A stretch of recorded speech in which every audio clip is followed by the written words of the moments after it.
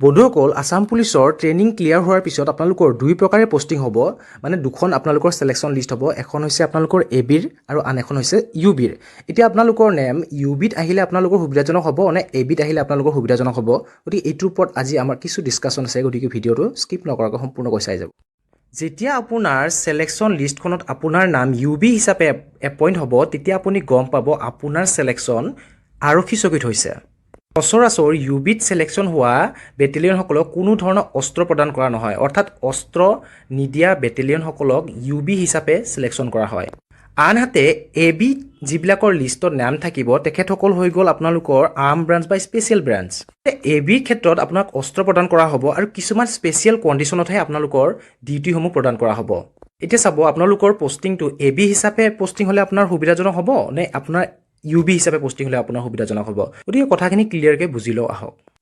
এতিয়া চাব আসাম পুলিচৰ যেতিয়া আপোনালোকৰ জয়নিং হৈ গ'ল তো জয়নিং হোৱাৰ পিছত আসাম পুলিচৰ কিছুমান ব্ৰাঞ্চ থাকে চিভিল ব্ৰাঞ্চ থাকে যেনেকৈ আপোনালোকৰ ক্ৰিমিনেল ইনভেষ্টিগেশ্যন ব্ৰাঞ্চ তাৰপিছত এনেকৈ intelligence branch traffic branch telecommunication branch computer police computer branch এনেকুৱা বিভিন্ন ধৰণৰ ব্ৰাঞ্চ থাকে গতিকে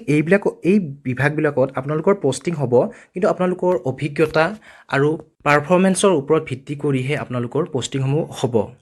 এবি বেটেলিয়ন হিচাপে আপোনাৰ নিযুক্তি হোৱাৰ পিছত আপোনালোকৰ মূলত সিকিউৰিটি প্ৰদানৰ দায়িত্ব দিয়া হ'ব যেনেকৈ ধৰি লওক কোনো মন্ত্ৰী বা বিধায়ক সিএম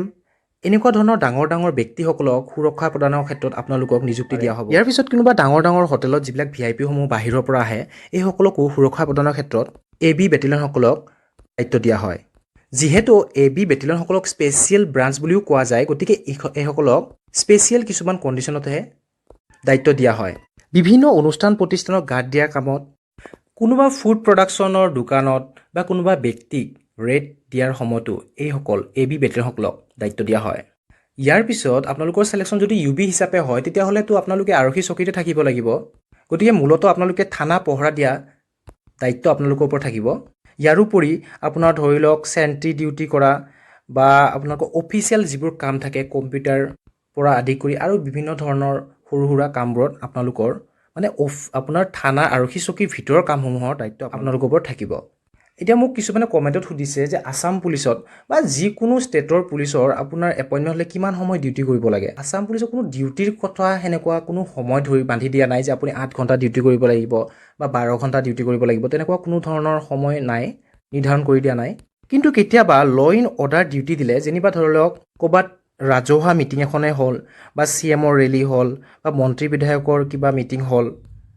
বা বিভিন্ন কোনোবা সংগঠনৰ মিটিং হ'ল তেতিয়া আপোনাৰ যদি ডিউটি 8টা বজাত আৰম্ভ হৈছে ৰাতিপুৱা 8টা বজাত যদি আৰম্ভ হৈছে আৰু মিটিংখন যদি আপোনাৰ 1টা 2টা দুপৰীয়া শেষ হৈ গ'ল তেতিয়া সেইখিনি সময়লৈকেহে আপোনালোকৰ ডিউটি থাকিব তাৰপিছত আপোনালোকৰ সেইদিনাৰ ডিউটি আপোনালোকৰ সেইখিনিতে সমাপ্ত হ'ব পাৰে আৰু যদি প্ৰগ্ৰাম আপোনাৰ ৰাতি 10টা বা 12টালৈকে চলিছে তেতিয়াহ'লে আপোনালোকৰ ডিউটিটো ৰাতি 12টা 1টালৈকেও হ'ব পাৰে যেতিয়ালৈকে প্ৰগ্ৰাম শেষ নহয় তেতিয়ালৈকে আপোনালোকে ডিউটি কৰিব লাগিব পাৰে আশা কৰোঁ আপোনালোকে বুজিছে কিন্তু চাব ইউবিৰ ক্ষেত্ৰত আপোনালোকে নাইট ডিউটিও কৰিব লগা প্ৰায় দেখা যায়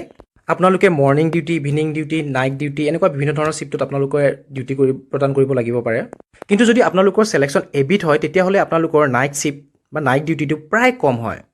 এতিয়া যিসকলৰ সিলেকশন এবি হিচাপে সিলেকশন হ'ব অৰ্থাৎ স্পেচিয়েল ব্ৰাঞ্চ হিচাপে সিলেকশন হ'ব তেওঁলোকে নিজৰ হেলথৰ ওপৰত অতিকৈ গুৰুত্ব প্ৰদান কৰিব লাগিব অৰ্থাৎ তেওঁলোকে ফিজিকেল এক্সাৰসাইজ আৰু সদায় এটা ট্ৰেইনিঙৰ মাজত আবদ্ধ হৈ থাকিব লাগিব যিহেতু তেওঁলোকে সিকিউৰিটি প্ৰদানৰ কামত নিযুক্ত হ'ব গতিকে তেওঁলোকে সদায় ফিট এণ্ড ফাইন হৈ থাকিব লাগিব সদায় আপোনালোকে এক্সাৰসাইজ মেইনটেইন কৰিব লাগিব আৰু এবি বেটেলিয়নসকলে বিভিন্ন যিবিলাক আমাৰ পেৰেড অনুষ্ঠানসমূহ হয় এই অনুষ্ঠানবিলাকত আপোনালোকে পেৰেড অফিচাৰবিলাকৰ আগত পেৰেড প্ৰদৰ্শন কৰিব লাগিব গতিকে মূলত ধৰি লওক আপোনালোকৰ এবি বেটেলিয়নসকলে যিবিলাকত শৰীৰ চৰ্চাটোৰ ওপৰত অতিকৈ গুৰুত্ব দিব লাগিব নিজৰ শৰীৰটোক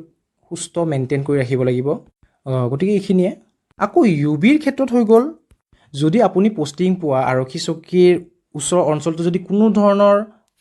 ঘটনা দুৰ্ঘটনা নহয় তেতিয়াহ'লে আপোনালোকে ৰিলেক্স হৈ থাকক আপোনালোকৰ